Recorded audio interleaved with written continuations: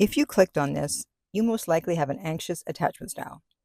And if you know anything about attachment styles, you know that people who have an avoidant attachment style are turned off and want to get away from people who are anxious.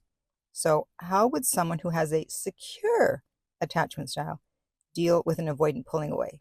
Well, stay tuned and you'll find out. Hi, this is Lucia. I'm a dating and relationship expert specializing in helping you get your ex back or to get over your ex. And welcome back, my beautiful no contact army. If you have downloaded my app Silencio, I would really appreciate it if you would give it either a rating or a review in the App Store or on Google Play. And if you too would like to join our no contact army, all you have to do is hit the subscribe button and the bell notification, and you're in. And to read our manual, go to nocontactsecrets.com, where you can read 2 free chapters before you purchase the book. So you're dating an avoidant and you're sensing that they're pulling away, and your first instinct is to do what? To chase. But as you've probably found out on your own, that's not going to work. So what do you do instead? What would someone who has a secure attachment style do? Well, first, ask yourself, are they really pulling away? Or are you so hyper vigilant that any minor change sends you off the deep end and you see it as pulling away? So once you determine that they are actually pulling away, anxious or secure, you're going to feel anxiety. Yes, even secure people feel anxiety, but they deal with it differently than someone who's anxious. They see it as a sign that something's not right and they do something about it, which does not involve begging or chasing the other person. That's because they've learned to sit with their negative emotions rather than running away from them. And they realize they're not going to die from their anxiety. I know it feels like it, but you're not. And people often see anxiety as a big monster that's chasing them, and they have to run away. And they don't realize it's just a cute little messenger that's trying to get your attention and give you a message. And once they stop running and turn around and face the anxiety, they realize it's actually not as bad as they thought it was. That way you can act instead of react. And fun fact, did you know that gratitude and anxiety cannot live in the brain at the same time? So when you start to become anxious and want to go back to your evil ways of chasing your avoidant down, instead start becoming grateful. Think of everything that you can be grateful for and say it out loud. Even simple things like, I'm so grateful the sun came out today. I'm grateful I had something to eat for breakfast. I'm grateful I'm healthy. I'm grateful I have a roof over my head, etc., etc. This brings you into the present moment because when you have anxiety, you're projecting your fears into the future. And when you get rid of it, you come back to the present. Now, I watched several other videos on this topic that I'm speaking on today, and everyone was saying that when the avoidance starts to pull away, a secure person would speak with them. And I just laughed. That's the avoidant in me laughing because they forget who they're dealing with. They're dealing with an avoidant. And what does an avoidant like to do?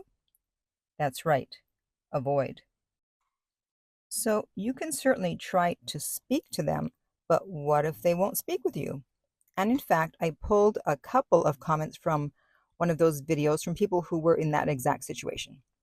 And the first guy said, I did this with my ex-girlfriend last month, and as mature and loving of a manner as possible, she accused me of being angry, complaining, and controlling, and then she pulled away more. So I ended it with her and told her that I wanted a relationship that reciprocates love. Yeah, because if they don't want to talk, they don't want to talk. It doesn't matter how loving you are. They're going to see it differently. And then the other person said, bold to assume the conversation even gets had in the first place. I'm about as non-threatening as they come, and I've been waiting a month for this conversation to be had, with absolutely no communication. For the sake of clarity, I already let her know I've noticed something is off, and I'd like to discuss it. The secure response is to leave, and that's exactly what I've done. I'm not doing this to myself. Exactly. And by the way, if you're finding this helpful, I would appreciate if you would give it a like. That way we can help the YouTube algorithm to suggest it to other people, and we can help other people figure out how to deal with their avoidant pulling away. Okay, so what would a secure person do when dealing with an avoidant who's pulling away? Well, you cannot say anything for a period of time, and in the meantime, work on your anxiety, because they may be going through something, or maybe they just need some space. However, if it gets to a point where it's been going on for too long, or you're too anxious, then obviously you're going to need to speak with them. So a secure person would think, well, I have no factual information, because feelings aren't facts. So we have to have a conversation, and if we can fix it, great. Otherwise, I'll move on. I'm not looking for someone else to choose me. I choose myself. I'm good alone. I don't want someone who doesn't want me. And if I do want someone who doesn't want me, does this remind me of someone in my childhood? And I'm hoping that this time it'll turn out differently, and I won't be abandoned, and I will be chosen. You didn't know this was going to get deep now, did you? So a secure person would say something like, I want to share something with you. I feel like there's a shift in our dynamic. Am I right? Hopefully they'll be honest if something is going on, and they'll tell you. And then you can have a conversation about it. And if they're willing to talk, then you can ask for what you want. Don't say it's what you need, because that comes across as needy, especially to an avoidant. Oh, I need this. We're like, oh, great. You don't need it. You think you need it. You want it, but you don't need it. And ask if they're willing to make that change. And if they're not, then you need to decide if you can live with them doing or not doing whatever it is you want. So if they say yes, they'll make the change, then you wait and see if they follow through. And if they don't, and if in fact they pull away even further, what are you going to do? Well, a secure person would walk away because they're not getting what they want in a relationship. And they're not going to stay hoping that the person will change or that the person will choose them and act right. Instead, they choose themselves, and they choose to walk away and find someone who will communicate and who will give them what they want. So if you have an anxious attachment style and you're listening to this and you're afraid of losing the relationship, then you have to ask yourself, what exactly are you losing? Someone who doesn't care enough about you to give you what you want? Someone who doesn't care enough about you to communicate? You're too focused on how you feel about them instead of what you should actually be focused on, which is how you feel in the relationship. How does the relationship make you feel? And if you don't feel good because they're constantly pulling away, then you need to love yourself enough to move on. Don't invest in someone who's not investing in you. Okay? Now I want to hear from you. How long have you been in no contact, and how is it going?